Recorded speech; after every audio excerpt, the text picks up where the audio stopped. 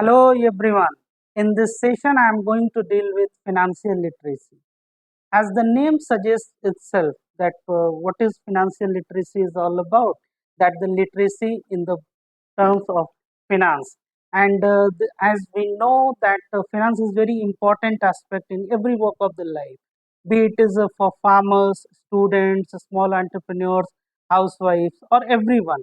So no one is untouched of financial literacy. और जैसे कि आप देख रहे हैं कि फाइनेंशियल लिटरेसी ये वित्तीय साक्षरता की यहाँ बात की जा रही है. So first we have to understand what is financial literacy is all about. So it is your ability to take informed decisions. So how you are going to take informed decisions regarding money?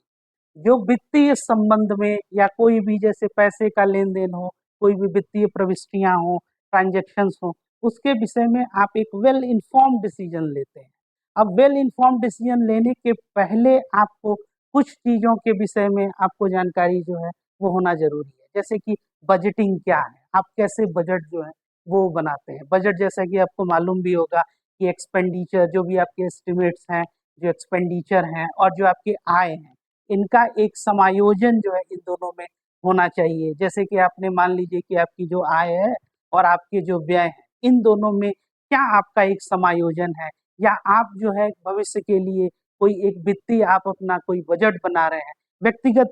तौर पे भी, या एक अगर मान लीजिए कि आप कोई संस्था चला रहे हैं, उस संस्था के विषय में भी अगर आप मान लीजिए उसकी वित्तीय चिंता करते हैं, तो उसके लिए बजटिंग बहुत ही इम्पोर्टेंट एस्पेक्ट हो जाता है.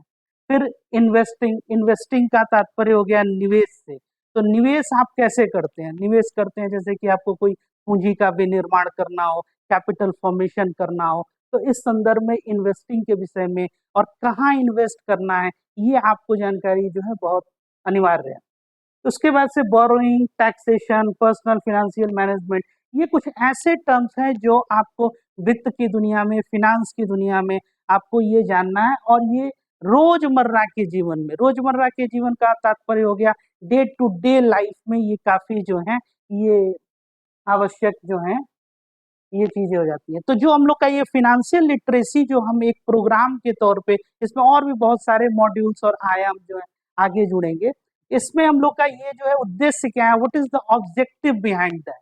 So as objective is quietly mentioned here, that the objective of this initiative is to create awareness about financial products and services, good financial practices, going digital and spread knowledge about government schemes and programs. अब जैसा कि आप देख भी पा रहे होंगे कि जो हम लोग का उद्देश्य है इस वित्तीय साक्षरता इस अभियान के पीछे, कि हम लोग एक क्या कर रहे हैं कि एक जागरूकता जो है उसको क्रिएट कर रहे हैं, ताकि लोग जो है वो अवेयर हों किस विषय में. तो फिनेंशियल प्रोडक्ट के बारे में, जो वित्तीय जो सेवाएं जो प्रदान की जा रही हैं सरकार के द्वारा भी या सरकारी संस्थाओं के द्वारा भी, या बहुत सारी गैर सरकारी संस्थाएं, गैर वित्तीय संस्थाएं हैं उनके द्वारा भी, या जो उसके लिए हम लोग जो एक अच्छी फिनेंशियल प्रैक्टिसेस जो हैं इसको भी लोगों में एक हैबिट के तौर पे, जैसे कि आप ऐसे समझिए कि एक बहुत पुराना एक फ्रेज है कि पेनी एंड पेनी मेक्स मेनी, मतलब एक छोटा छोटा जैसे बूंद बूंद से घड़ा भरता है. अब हाउस होल्ड सेविंग जैसे अगर आप देखेंगे तो अर्ली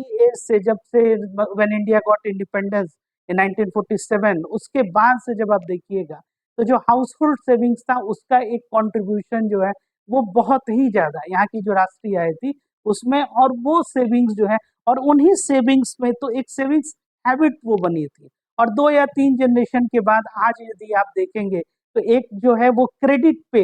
पे जीने की एक लोगों को एक आदत भी हो गई है, और एक सेविंग की जो हैबिट है इससे भी लोग कहीं ना कहीं बच रहे हैं. तो अब ये क्यों ऐसा है, इससे कि सेविंग की हैबिट से वो धीरे धीरे दूर हो रहे हैं. तो एक तो वैसा कल्चर भी वैसा डेवलप किया जाता है, दूसरा कि लोगों में जो सही वित्तीय जो जानकारी होनी चाहिए इसके विषय में भी उसका एक अभाव है. तो ये प्रोग्राम जो है उसी उद्देश्य को, जैसे कि हमने आपको बताया कि आपको एक good financial practices, going digital, और जैसा कि आप देख भी पा रहे होंगे कि आज की जो दुनिया है इसमें फिनांस और टेक्नोलॉजी दोनों को मर्ज करके एक फिनटेक करके एक नया जो है आप देख पा रहे होंगे कि एक जैसे कि फिनटेक कंपनियां आ रही हैं, या एक नई जो है एक तरह की सेवाएं. तो बिना डिजिटल हुए या टेक्नोलॉजी के इन्फ्लुएंस के फिनांस का अब कोई बहुत ज्यादा तात्पर्य जो है वो नहीं रहा. क्योंकि आप देख भी पा रहे होंगे कि एक अकाउंटिंग हो गया या ऑडिटिंग या और भी किसी भी तरह के एस्पेक्ट में, या अगर आपको कोई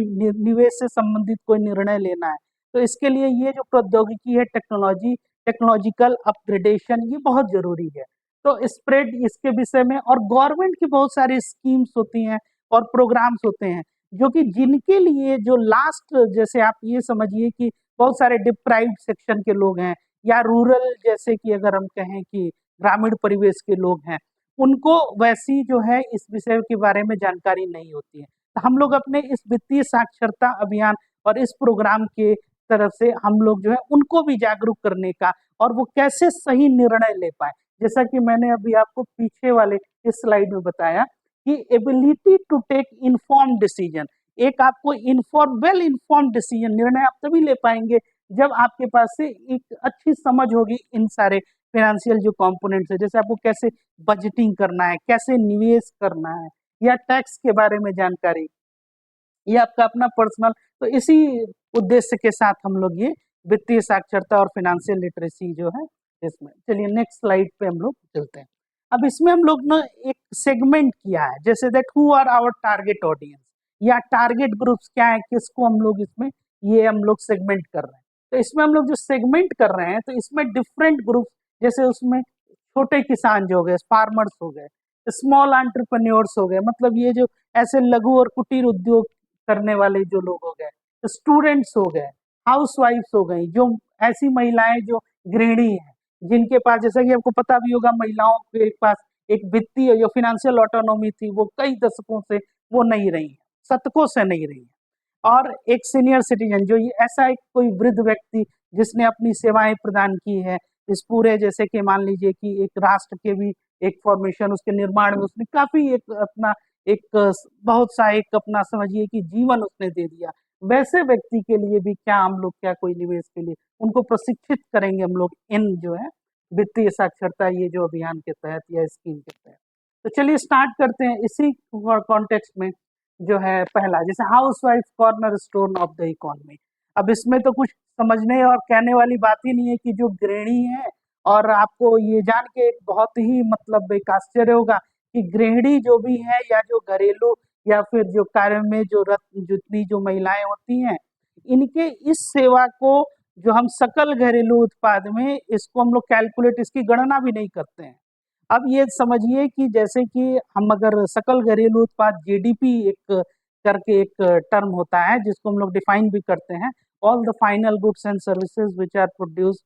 with in your territory during a financial year. अब इसमें एक बहुत बड़े आश्चर्य की बात है कि जो अगर हाउसवाइफ अगर कंट्रीब्यूट कर रही हैं और इकोनॉमी में कैसे कंट्रीब्यूट कर रही हैं, इसको ऐसे समझिए कि अगर कोई महिला है और अगर वो शिक्षित हैं और कहीं वो सर्विसेज में नहीं है, अगर सेवा नहीं कर रही है, कोई नौकरी नहीं कर रही है, और अगर घर में अपने किसी स्टूडेंट, अपने बच्चे को एक स्टूडेंट की तरह वो कक्षा 10 तक या 11-12 तक अगर वो ट्यूशन के तौर पर एक टीचर की भूमिका में भी है, तो उनकी वो टीचर की भूमिका आपकी अर्थव्यवस्था में वो कंट्रीब्यूट नहीं होंगे।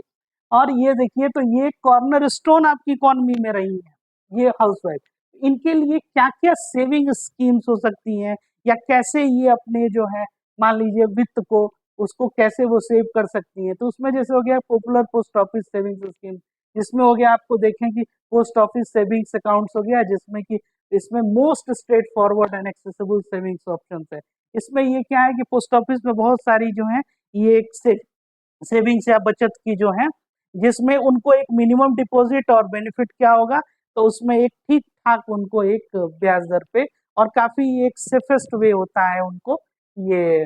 सेव करने के लिए। दूसरा जो है उनपे पब्लिक प्रोविडेंट फंड होता है। पब्लिक प्रोविडेंट फंड क्या होता है, एक लॉन्ग टर्म इन्वेस्टमेंट है इसमें। और पीपीएफ जो है ये कि महिलाओं को ही टारगेट करके नहीं, इस पर पीपीएफ में कोई भी व्यक्ति जो है इसमें पीपीएफ अकाउंट जो है ये ओपन कर सकता है। और इसमें क्या होता है कि 1 साल तक वो 1.5 लाख रुपए तक वो इसमें बचत कर सकता है, और 1.5 लाख उसमें अपर लिमिट हो गया, और 500 रुपए से भी वो अकाउंट जो है वो खुल सकता है। इसमें वो 15 साल तक की एक सीमा होती है, 6 साल के बाद भी वो चाहे तो उसमें कुछ पार्शियल जो है वो उसमें से विड्रॉवल कर सकते हैं, या फिर उसके ऊपर जो है इसमें लोन भी उनको मिल सकता है। पीपीएफ में जो आपका मेच्योरिटी के बाद जो रिटर्न मिलता है, वो उसके ऊपर कोई भी टैक्स जो है वो नहीं लगता। ये काफी अच्छा ये बचत का। फिर सीनियर सिटीजन सेविंग्स स्कीम्स, इसमें है कि not exclusive to seniors, this schemes provides higher interest rate and regular payouts making a suitable options for those seeking steady income. तो इस तरह से हो गया। फिर इसके साथ ही पोस्ट ऑफिस में एक मंथली इनकम स्कीम है, MIS जो है, जिसमें एक ऑफर क्या होता है, एक फिक्स्ड मंथली इनकम हो गया, जिसमें कि आप हाउस वाइफ क्या कर सकती हैं, एक रेगुलर सोर्स ऑफ फंड्स जो है, जिससे हाउस होल्ड एक्सपेंसेस जो है वो उनका मीट हो सकता है। इसके अलावा जैसे सुकन्या समृद्धि योजना, ये काफी जो है पॉपुलर स्कीम है, जिसके अंतर्गत क्या है कि जो गर्ल्स चाइल्ड है उनके फ्यूचर के लिए जो है हाउस वाइफ जो क्या कर सकती हैं, वो निवेश कर सकती हैं, जो उनके क्या हो गया कि जैसे एजुकेशन या उनके मैरिज एक्सपेंसेस जो है वो मीट आउट कर सकता है। अब आ जाइए किसान, farmers are the backbone to the economy. इसमें जैसे आप देख भी रहे होंगे कि अगर हम कंट्री लाइक इंडिया अगर हम बात करें तो अभी भी 60 से 65% जो एम्प्लॉयमेंट जनरेशन है वो एग्रीकल्चर से है और किसानों के बारे में ये कहा भी जाता है that specially Indian farmers born in डेब्ट, लिव्स इन डेब्ट एंड डाई इन डेब्ट। और किसानों के विषय में कहा यह जाता है कि ये पूरे इकोनॉमी में इकलौता एक यही ऐसा वर्ग है जो किसी भी चीज को जो खरीदता है वो रिटेल के प्राइस पे है, और जब उसको बेचता है तो वो होलसेल के प्राइस में है, और जो फ्रेट मतलब कि जो भी किराया या उसका भाड़ा वो देता है, इन बोथ वेज है, वो दोनों वेज थे। तो किसान जो है ये सबसे जो ये बैकबोन है, और इनके लिए कैसे, और स्पेशली जो हम लोग का ये प्रोग्राम है वित्तीय साक्षरता का, इसमें सबसे अधिक हम लोग जो ध्यान वो किसान को ही लेके दे रहे हैं। तो best way to respect farmer is to respect his produce by not wasting it. अब इसमें है कि जो वो प्रोड्यूस कर रहा है वो बर्बाद ना हो तो कैसे। अब जैसे आप ऐसे समझिए कि डिजिटल जो इंफ्रास्ट्रक्चर आज के परिवेश में, जैसे कि इंटरनेट है, तो इंटरनेट जो है लास्ट मैन तक जो है स्मार्टफोन के रूप में वो पहुंच चुका है और गांव गांव तक पहुंच चुका है। आप उस इंटरनेट से जब किसी भी सामान, किसी भी सामग्री को आप क्या करते हैं, जब ऑर्डर करते हैं, तो उसी इंफ्रास्ट्रक्चर, फिजिकल इंफ्रास्ट्रक्चर से वो सामान जो है आपके आखिरी व्यक्ति तक जो है वो पहुंच जाता है। और ठीक जब आप दूसरे तरफ देखते हैं तो एक किसान अगर अपने कोई कृषि योग्य भूमि पर अगर कोई भी अपना समझिए कृषि से संबंधित या कोई सब्जी उगा रहा है, तो इसी डिजिटल इंफ्रास्ट्रक्चर या फिजिकल इंफ्रास्ट्रक्चर जो रोड्स हो गया, हाईवेज हो गया, इसका प्रयोग करके उसको उस प्रोडक्ट का जो है उसका उसको मिलना चाहिए,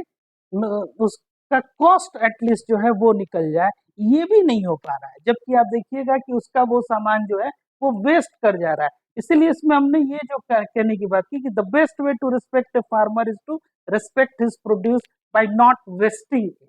अब इसके लिए जो है वैसा जो है एक इंफ्रास्ट्रक्चर, वैसी स्कीम, वैसा प्रोग्राम ये जो है बनाने की एक बहुत ही आवश्यकता है। अब उसमें बहुत सारे स्कीम्स हैं, जैसे कि PM किसान सम्मान निधि, बायोटेक किसान, PM कुसुम, आपको प्रधानमंत्री किसान ऊर्जा सुरक्षा एवं उत्थान, किसान क्रेडिट कार्ड। अब जैसे इस तरह का ये बहुत सारे स्कीम्स और ये, लेकिन समस्या ये आती है कि क्या किसान जो है या जो वैसा व्यक्ति जो आखिरी पायदान पर है, क्या वह जागरूक है इन सब कार्यक्रमों से, इन सब स्कीम से, इन सब जो है वित्तीय, आप समझ लीजिए कि ये जितने भी वित्तीय फाइनेंशियल प्रोडक्ट्स हैं, तो शायद नहीं। तो उनको हम लोग जागरूक करेंगे गांव गांव तक, एक एक विलेज के। और जैसा कि इंटरनेट के मैंने बताया कि इंटरनेट जो है ये भी आपको एक बहुत इसमें क्रूशियल रोल प्ले करेगा, तो हम लोग उसको वीडियोस के मार्फत जो है या फिर बहुत सारे जो है माध्यमों से, जैसे अभी किसान क्रेडिट कार्ड है, अब इसके विषय में आप लोग देखिए, जैसा कि स्लाइड में भी ये समझाने की कोशिश किया गया। किसान क्रेडिट कार्ड स्कीम ये क्या है, ये फोकस करता है किस पे, तो क्रॉप लोन, जैसे कि जो भी फसल है उस पे ये जो लोन रिक्वायरमेंट्स और पार्टली कंजम्पशन पर्पसेस के लिए, कुछ उसमें से वो चाहे तो कंज्यूम भी कर सकते हैं। अब इसमें कि ये क्या है, distressed sale of farm produce है। अब इसमें ये harvest financing through warehouse receipt. अब ये फिर इसमें ये जो लोन लेके और इंटरेस्ट सब ये सबवेंशन स्कीम्स है, इसके तहत जो है, तब इसमें ये बताया जा रहा है कि किसान क्रेडिट कार्ड के तहत किसान जो है उसमें क्या कर सकते हैं, अपने क्रॉप को एक इंश्योरेंस भी वो प्रोवाइड कर सकते हैं प्रधानमंत्री फसल बीमा योजना के तहत, और उनको एक क्रेडिट कार्ड जो है जिसमें वो फैसिलिटी दी जाएगी इसमें लोन की फैसिलिटी। अब इसमें कैसे वो करेंगे, तो अब इसमें है कि बोरोइंग फ्रॉम बैंक, बैंक से वो बोरो करना है। अब जैसे कि ये डेटा एक आपको ये हमने आरबीआई से ये लिया है कि 17-18 में ये ऐसा कि 4% rate of interest short term crop loan, और 3 लाख तक का ये है, ये 2017-18 का ये डेटा है, ये गवर्नमेंट ये चेंज होते रहता है, ये हमने आरबीआई से ये लिया हुआ है। अब देखिए बोरोइंग फ्रॉम अनरजिस्टर्ड एंटिटीज या मनी लेंडर, ये बहुत ज्यादा हाई इंटरेस्ट रेट लेते हैं, जैसे इंडिजीनियस बैंकिंग या जो मनी लेंडर जो साहूकार होते हैं। अब जैसे मैंने अभी थोड़ी देर पहले आपको बताया भी कि that Indian farmer born in डेब्ट, लिव्स इन डेब्ट एंड डाई इन डेब्ट। तो अब इस तरह से जैसे कि आप देखेंगे कि बहुत ज्यादा इसमें हाई इंटरेस्ट रेट, और कोलेट्रल मे और may not be required. Collateral का मतलब हो गया कि आप जैसे कि कोई सामान गिरवी पे रखते हैं, मॉर्गेज अगर आप रखते हैं, तो उसके एवज में उनको उनको ये मिलता है, ये लोन। और एडवांटेजेस क्या है, repaying loan and interest on time, credit score जो इससे इंप्रूव हो जाएगा, जैसे कि आप स्कोर भी जानते होंगे, सिविल स्कोर और भी बहुत सारे क्रेडिट स्कोर है, और हायर लोन अमाउंट जो रिड्यूस कर दिया जाएगा इंटरेस्ट कॉस्ट को। तो अब बिना जो है मनी लेंडर या फिर इनके पास गए, आप बैंक से भी बोरो कर सकते हैं किसान के लिए। ये अब इसके लिए बैंक क्या करना, what can the bank do for you, तब बैंक ये करती है कि इसे शॉर्ट टर्म लोन्स है। शॉर्ट टर्म लोन मतलब जो छोटी अवधि के ये लोन हो गए, ये क्रॉप लोन हो गए। अब ये है कि maximum period of repayment of up to 2 year, 2 साल तक जो है कि मैक्सिमम 2 साल के अंतर में आपको ये पेमेंट कर देना है। और उसमें क्या है, मोराटेरियम जो है वो 1 ईयर है, ठीक है। अब इसमें 33% जो है, अब लॉस या 50% के बीच में ये लॉस जो है ये अलाउड जो है इतना हो सकता है, ठीक है। इसके बाद से आप देखिए जैसे कि और भी लॉन्ग टर्म इन्वेस्टमेंट क्रेडिट है, जिसमें एग्जिस्टिंग टर्म लोन इंस्टॉलमेंट्स है, रेसिड्यूल उसको फिर किया जाता है, या बहुत सारी नेचुरल क्लैमिटी आ गई जैसे फ्लड्स आ गया, या फिर इसके अलावा और आप देखिए कि जैसे कि कहीं ड्रॉट आ गया, सूखा आ गया, तो इस केस में ये काफी जो है ये इम्पोर्टेंट ये। अब देखिए इसके अलावा जो है किसानों के अलावा जैसे कि हमने बताया कि स्मॉल एंटरप्रेन्योर्स हैं, जो छोटे लघु और कुटीर उद्योग वाले होंगे, इनको कुछ क्रेडिट गारंटी ट्रस्ट जो है, अब ये क्रेडिट गारंटी ट्रस्ट जो है वो क्या है, तो मिनिस्ट्री ऑफ माइक्रो स्मॉल और मीडियम एंटरप्राइज हो गया गवर्नमेंट ऑफ इंडिया का, और एक सिडबी करके एक बैंक होता है, small industrial development bank of India, जो 1990 में इसका एस्टेब्लिशमेंट हुआ था, लखनऊ इसका हेड ऑफिस हो गया। तो अब इसका ऑब्जेक्टिव है ये क्रेडिट प्रोवाइड करना, और इसमें क्या है कि बिना कोलेट्रल के एंड थर्ड पार्टी गारंटी, मतलब कि इसमें आपको कुछ मॉर्गेज कोलेट्रल कोई गिरवी कुछ नहीं रखना है। और क्रेडिट गारंटी फंड ट्रस्ट जो है ये एमएसएमई जो है ये प्रोवाइड आपको 200 लाख तक जो है ये फैसिलिटी को कवर करेगा। इसके अलावे जो है गारंटी और एनुअल फीस जो है ये चार्ज किए जाएंगे आपके सीजीटी एमएसएमई के द्वारा, ठीक है। फिर इंस्ट्रक्शन फ्रॉम आरबीआई के जो है कोलेट्रल, जैसे कि 10 लाख तक का आपको देखिए collateral security for loans up to 10 lakh provided for MSME sector. तो ये जो चीजें हैं ये काफी इंपॉर्टेंट हो जाती हैं एक छोटे और कुटीर। और फिर उसमें जनरल क्रेडिट कार्ड ये आपका हो जाएगा। अब इसमें कि ऐसे लोग जो नॉन फार्म एंटरप्रेन्योर हो गए, है ना, जिनको कृषि से संबंधित, तो वो ऑप्टेन क्या करते हैं, credit facilities for both working capital और टर्म लोन रिक्वायरमेंट। अब वर्किंग कैपिटल जैसे कि जो ऑपरेटिंग जो आप अगर कोई भी आपका ये जो कॉस्ट आ जाता है, ठीक है, तो अब जैसे कि करेंट असेट्स और करेंट लाइबिलिटीज इन दोनों का जो डिफरेंस वो हो गया वर्किंग कैपिटल। अब वर्किंग कैपिटल ये शॉर्ट टर्म लोन्स में जनरल आपका क्रेडिट कार्ड जो है ये फ्रॉम बैंक। अब जीसीसी इशू कर दिया गया कि स्मार्ट कार्ड डेबिट कार्ड के तौर पे, एक बायोमेट्रिक जो है स्मार्ट कार्ड के तौर पे। अब इससे आप नेक्स्ट जो है ये क्या कर सकते हैं, ये प्रोसीड जो है आप कर सकते हैं। इसके अलावा अब दो तरह के सिनारियो हो गए, अब जैसे कि आप अपने ही कैपिटल से कैसे जो है ये फिनांस कर सकते हैं,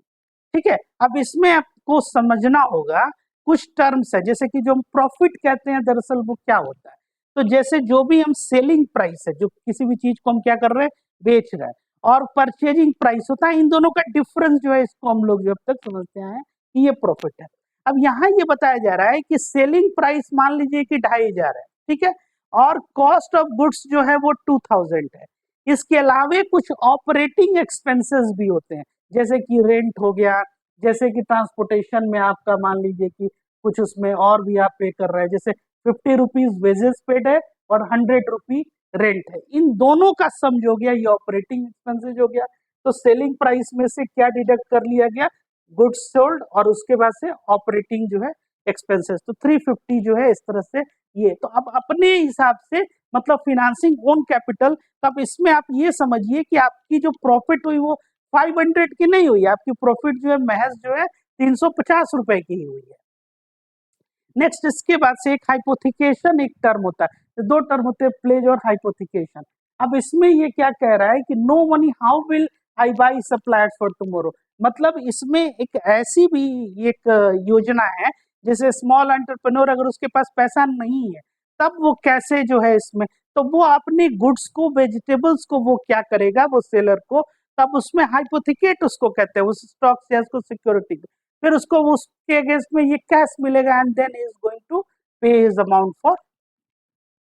नेक्स्ट इसमें अब सेगमेंट में अब हम लोग आगे जो है वो वृद्ध जो लोग हैं जो सीनियर सिटीजन्स हैं, अब जिन लोगों ने अपनी सेवाएं जो हैं वो इस देश को दी है या काफी वर्षों से एक सेवाएं दी है। अब इसमें ये जो सीनियर सिटीजन हो गए ये काफी, अब देखिए अपना रिटायरमेंट वो कैसे जो है, अब इसमें जैसे कि pension account can be transferred from another branch to different branch. अब ये जो पेंशन अकाउंट है ये किसी भी ब्रांच से ये और डिफरेंट बैंक में ये ट्रांसफर किया जा सकता है।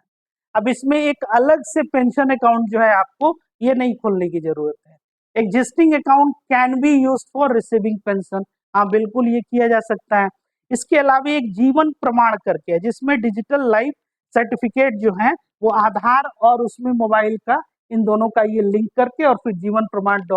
.gov.in जो है इस वेबसाइट से आप उसको चाहे तो आप डाउनलोड उसको कर सकते हैं। इसके अलावा जो है जैसे कि हमेशा ये रिमेंबर क्या करना, आप ये ध्यान दीजिए कि लाइफ सर्टिफिकेट जो है योर ब्रांच में ये नवंबर में अपडेट हो जाएगा, ड्यूली साइंड एक्नॉलेज। इसके साथ साथ जो है आपको एक मेडिकल प्रूफ भी देना होता है हर एक ईयर, जो भी रिटायर्ड लोग हैं सीनियर सिटीजन जो है, तो सीनियर सिटीजन इनका काफी जो है ये इसमें ख्याल जो है ये रखा गया। इसके साथ साथ ये चाहे तो निवेश के भी बहुत सारे ये अवसर है, उसमें भी ये चाहे तो ये लोग निवेश कर सकते हैं। लेकिन इम्पॉर्टेंट ये है कि इस तरह की जो साक्षरता होती है या इसकी समझ जो है, या जैसा कि मैंने बताया कि गो फॉर डिजिटल, जैसे कि आप डिजिटल जो है इसके लिए जरूर जाइए ताकि टेक्नोलॉजिकल अपग्रेडेशन, इसी के लिए हम लोग का ये जो प्रोग्राम है ये स्कीम जो है ये ध्यान देने। अब ये स्टूडेंट्स के विषय में है, स्टूडेंट्स को सबसे पहले तो उसको ये बैंकिंग या इंटायर ये प्रोसेस जो है इसको ये समझने की आवश्यकता है। अब इसमें जैसे बहुत सारे अकाउंट्स हो गए जैसे सेविंग अकाउंट, अब ये कहीं भी एक पर्सन या फिर ज्वाइंटली जो है ये ओपन कर सकता है। अब इसमें नॉमिनल इंटरेस्ट रेट जो है ये पे किया था, बहुत कम इंटरेस्ट रेट तकरीबन 3% के अराउंड जो है। फिर इसके अलावा जो है इसमें एक चेकबुक भी वो इशू किया जा सकता है, डेबिट कार्ड इसमें आ सकता है, ओवरड्राफ्ट की फैसिलिटी रहती है। करेंट अकाउंट, अब ये नॉर्मली बिजनेसमैन जो है इन लोग को ये अकाउंट जो है करेंट अकाउंट जो है ये मिलता है। अब इसमें करेंट अकाउंट में क्या है कि बैंक कोई उस पर इंटरेस्ट पे नहीं करती है, लेकिन इसमें फैसिलिटी देती है जैसे चेकबुक्स हो गया, फंड ट्रांसफर हो गया, डेबिट कार्ड या यूपीआई फैसिलिटी भी है उसमें, जैसे यूनिफाइड पे ये पेमेंट इंटरफेस जो हो गया है ना। फिर saving accounts for minors, minors वैसे लोग हो गए जो 18 साल से जो कम हो गए, मतलब जो बच्चे हो गए, तो एक सेविंग अकाउंट इनके लिए भी ओपन किया जा सकता है। अब जो 10 साल से ऊपर के जो माइनर्स होते हैं वो अलाउड होते हैं ओपन ऑपरेटिंग सेविंग अकाउंट्स, लेकिन इनको चेकबुक नहीं दिया जाएगा। फिर इसके अलावा एक रेकरिंग डिपॉजिट है जिसमें क्या है कि आप एक थोड़ा थोड़ा उसमें एक पैसा जो है भविष्य के लिए आप उसमें संचित कर सकते हैं, रेकरिंग जिसको डिपॉजिट है एक फिक्स्ड अमाउंट, और उसके बाद से ये। इसके अलावा अब जैसे कि बैंक्स के विषय में कि ये एक ऐसे इंस्टीट्यूशंस हैं जो एक्सेप्ट करते हैं deposit for the purpose of loan. फिर उसके बाद से फिक्स डिपॉजिट, इसको टाइम डिपॉजिट भी कहते हैं। फिक्स डिपॉजिट क्या है कि एक सर्टेन एक पीरियड तक जो है आप उसको, और फिक्स डिपॉजिट जो है 7 डेज का भी हो सकता है, और न्यूनतम उसके लिए राशि जो है 1,000 रुपए भी हो सकती है। तो 7 डेज हो गया, यहाँ से लेके आप उसमें काफी लंबी अवधि तक उसमें ये टाइम डिपॉजिट जो है, फिक्स डिपॉजिट पर अच्छा आपको रिटर्न जो है ये रेट ऑफ इंटरेस्ट जो है मतलब 6.57%, कुछ बैंक जो है सो 7.5 एंड मतलब समवेयर अराउंड 6 से 7% के अराउंड आपको मिल सकता है।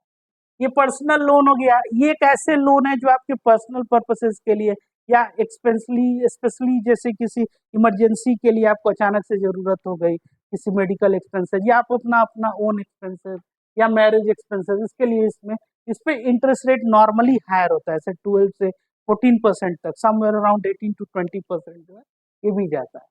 व्हीकल लोन हो गया, नाम ही ये बता रहा है कि इस टाइप का लोन जो है कोई आप पर्पस कोई व्हीकल ले रहे हैं उसके लिए। फिर होम लोन हो गया, इसमें है कि आपको होम लोन जैसे कि आपको अगर अपना घर या फिर इसके विषय में अगर मान लीजिए कोई भी लोन लेना है। एजुकेशन लोन हो गया, जैसे कि मान लीजिए कि अगर आपको कोई मेडिकल की पढ़ाई पढ़नी है, इंजीनियरिंग की पढ़ाई पढ़नी है, मैनेजमेंट की पढ़ाई पढ़नी है, इसके लिए आप जो है वो लोन ले सकते हैं। एग्रीकल्चरल लोन जो है ये, तो अब ये जितने लोन्स हो गए, जितने ये अकाउंट्स हो गए, ये सब इसके विषय में स्टूडेंट्स को जो है ये जानने की आवश्यकता है। जैसे कि अभी मैंने स्टार्ट में ही बताया कि पेनी एंड पेनी मेक्स मेनी। अब उसमें क्या है कि ये फैक्टर ऑफ टाइम भी है, वो थोड़ा थोड़ा जो भी अपनी पॉकेट मनी है या उसको अगर सही से वो अगर सेव करता जाए तो एक ठीक ठाक उसके पास जो है एक सेविंग हो जाएगी। और इसी विषय में ये हमारी जो वित्तीय साक्षरता है, और इसमें हम लोग जो प्लान ये कर रहे हैं कि एक मॉड्यूल वाइज जो है कई मॉड्यूल, जैसे कि मॉड्यूल 1 2 3 4 ऐसे करके जो है, और हर मॉड्यूल में उसमें जैसे कि अभी तो एक हमने एक इंट्रोडक्टरी इसके विषय में आपको एक बताया, इसके साथ साथ इसमें है काफी स्पेशलाइज्ड वे में थोड़ा सा, जैसे कि फिनेंशियल इंस्टीट्यूशन उनके फंक्शनिंग के विषय में, जैसे बैंक्स कैसे हो गए, कमर्शियल बैंक क्या है, शेड्यूल कमर्शियल बैंक जैसे उसमें हो गया, फिर उसके साथ से बहुत सारे एग्रीकल्चरल बैंक्स हो गए, इसके अलावे जो है माइक्रो फाइनेंस या इसमें फिनांस करने वाले जो बैंक कौन से हो गए, कोऑपरेटिव बैंक्स हो गए, रीजनल रूरल बैंक्स हो गए, इन्वेस्टमेंट बैंक्स कौन से हो गए, इनके विषय में डिटेल में समझना है। इसके अलावा अदर रेगुलेटर जैसे PFRDA हो गया, जैसे pension fund regulatory development authority, इसके साथ साथ इरडाई हो गया, insurance regulatory development authority of India, SEBI हो गया, security exchange board of India. इसके अलावे और अगर अतिरिक्त अगर आप देखेंगे तो जैसे कैपिटल मार्केट, उसके अंतर्गत जो आप देखेंगे तो बहुत सारे ऐसे जैसे म्यूचुअल फंड्स हो गए, तो म्यूचुअल फंड्स हो गए तो उसमें भी जैसे एक्सचेंज ट्रेडेड फंड हो गए, इंडेक्स फंड हो गए, डेट फंड हो गए, इक्विटी फंड हो गए, मल्टी कैप हो गए, है ना, बहुत सारे उसमें मिड कैप हो गए, स्मॉल कैप, इन सब के विषय में हम लोग डिटेल जो है मॉड्यूल वाइज एक एक मॉड्यूल एक एक चैप्टर्स करके और भी डिटेल में इसको हम समझेंगे। इसके साथ साथ गवर्नमेंट्स की जितनी भी स्कीम्स हैं वित्त से संबंधित, एग्रीकल्चर से संबंधित, या एक ऐसा व्यक्ति उसको कैसे हम लोग जो है ये साक्षर कर सकते हैं और वो निर्णय ले सकता है, निर्णय ले सकता है। तो निर्णय आप कैसे लेंगे जब तक आपके पास इंफॉर्मेशन होगा, और इंफॉर्मेशन कैसे होगा जब आप उसके बारे में एक अवेयरनेस होगा, एक जागरूकता होगी। तो ये जो फिनेंशियल लिटरेसी जो है इस कार्यक्रम के तहत जो हम लोग यही करना चाह रहे हैं, और इसमें हम लोग की जो है पूरी कोशिश और हम लोग का ये प्रयास रहेगा कि आखिरी व्यक्ति तक जो गांव का भी व्यक्ति है उस सबको इन्वॉल्व करके, जैसा कि मैंने स्टार्ट में ही बताया था कि हमने ये इसको जो एक सर्टेन सेक्टर से सेगमेंट में रखा है, जिसमें फार्मर्स हो गए, जिसमें आपको हाउसवाइफ्स हो गए, स्टूडेंट्स हो गए, स्मॉल मीडियम एंटरप्रेन्योर्स हो गए, सीनियर सिटीजन हो गए। अभी हम लोगों ने इसी सेगमेंट को लेके और इसमें और ज्यादा जो है ये प्रयास रखा है। और थोड़ा सा ये जैसा कि हमने आपको बताया कि इसमें बहुत सारे चीजें जो हैं या कुछ डेटा जो हमने रेफरेंस जो है ये मिनिस्ट्री ऑफ फिनांस और RBI से हमने लिया है। इसी के साथ जो है हम अपनी इस फिनेंशियल लिटरेसी जो है ये इंट्रोडक्टरी लेक्चर को आज यहीं पे इस सेशन को समाप्त करते हैं। रेस्ट जो भी आप लोग का कोई क्वेश्चन, कोई कमेंट्स, कोई सजेशंस हैं उसको आप लोग भेजिए। बहुत बहुत धन्यवाद। Thank you.